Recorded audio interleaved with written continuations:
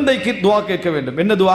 குழந்தைக்கு என்ன துவா கேட்கறது? பிள்ளைக்கு 20 வயசு, பிள்ளைக்கு 24 வயசு, பாப்பாக்கு துவா தெரியாது. பாப்பாக்கு என்ன துவா தெரியும்? அரபுல ஐக்கிறதால பாடமாக்கல. மனசாட்சியை தொட்டு சொல்லுங்க, எத்தனை மொழியில் உள்ளதை பாடமாக்கிக்கிறீங்க? விளங்கிட்டா? படம் இன்ட்ரெஸ்ட் உள்ளவன் ஹிந்தி வசனம் எல்லாம் பாடமாக்குறான். விளங்கிட்டா?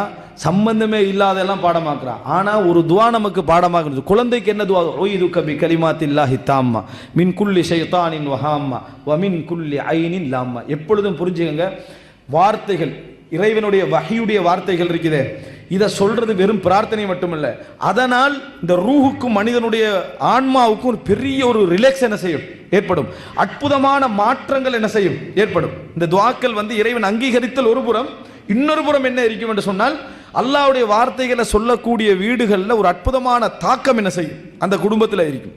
குழந்தைகளுக்கு நம்ம துஆ கேட்கறது இல்லை. உய்துக பி கலிமாத்தில்லாஹி தாம்மா மின் குல்லி ஷைத்தானின் வஹாம்மா வ மின் குல்லி ஐனின் லாம்மா.